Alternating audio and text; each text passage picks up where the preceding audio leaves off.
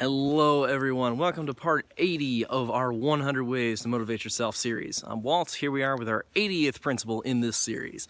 So, part 80 here out on this rather nice day, I would say. It's a little bit cold, so that's why I got this on. In addition to it being deer season, of course, so you gotta stay safe. Anyway, jumping into our 80th principle, this one is to simplify your life, which reminds me of a Wayne Dyer principle I've also shot a video on that was all about simplifying your life as well.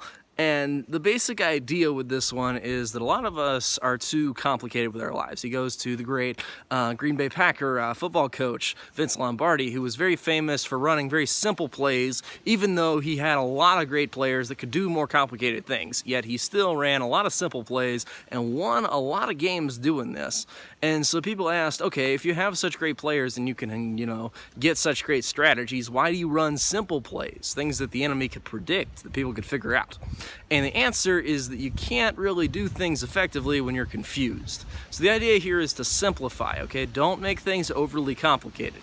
This is an issue a lot of people also have when it comes to trading, for example, because a lot of people think, oh, I need the strategy to include this, and I'm going to put in this indicator, and then they make a soup of like 20 different things, and you can't pay attention to any of them, and it's just like there's so much that they can never get anything done. Versus if you only pick an indicator or two on one chart, you can make a massive difference in your ability to trade just with that information alone.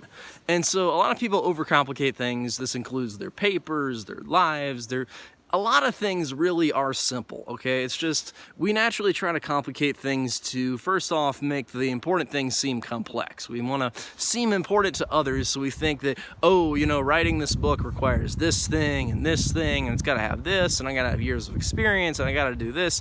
A lot of times, success is actually very simple. You just need the desire and the belief to make it happen. Now, this doesn't mean you'll never fail. Of course, you're going to fail in the process of, working towards your goals. But you pick yourself up a few times, and soon enough you're actually succeeding. It does not take a lot, okay?